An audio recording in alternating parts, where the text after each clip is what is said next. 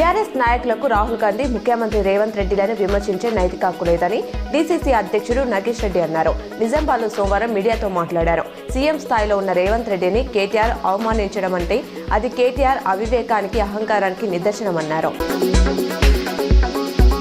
నిజామాబాద్ జిల్లా పాలనాధికారిగా ఇటీవల బాధ్యతలు చేపట్టిన కలెక్టర్ ఇలా త్రిపాఠి సోమవారం జిల్లా న్యాయమూర్తి G V N Bharathalakshmi, police commissioner Sai చైతన్యలను కలిశారు.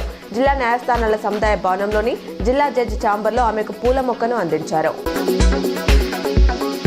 ప్రజా సమస్యల సత్వర పరిష్కారం కోసం ప్రతి సోమవారం కలెక్టరేట్లోని ప్రధాన సమావేశ మందిరంలో ప్రజావాణి కార్యక్రమం నిర్వహించారు. ప్రజావాణికి ప్రాధాన్యత ఇవ్వాలని కలెక్టర్ ఇలా త్రిపాఠి సూచించారు. సోమవారం కలెక్టరేట్ కాన్ఫరెన్స్ హాల్లో అదనపు కలెక్టర్లు అంకిత్, కిరణ్ కుమార్లతో కలిసి కలెక్టర్ ప్రజావాణి ఫిర్యాదులు స్వీకరించారు.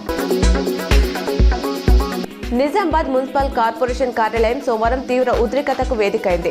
నగర ఓటర్ల ముసాయిదా జాబితాలోని తప్పులను చర్చించేందుకు ఏర్పాటు చేసిన అఖిలపక్ష సమావేశం కాస్త ఇందూర్ పేరు వివాదంతో రాజకీయ రణరంగా మారింది.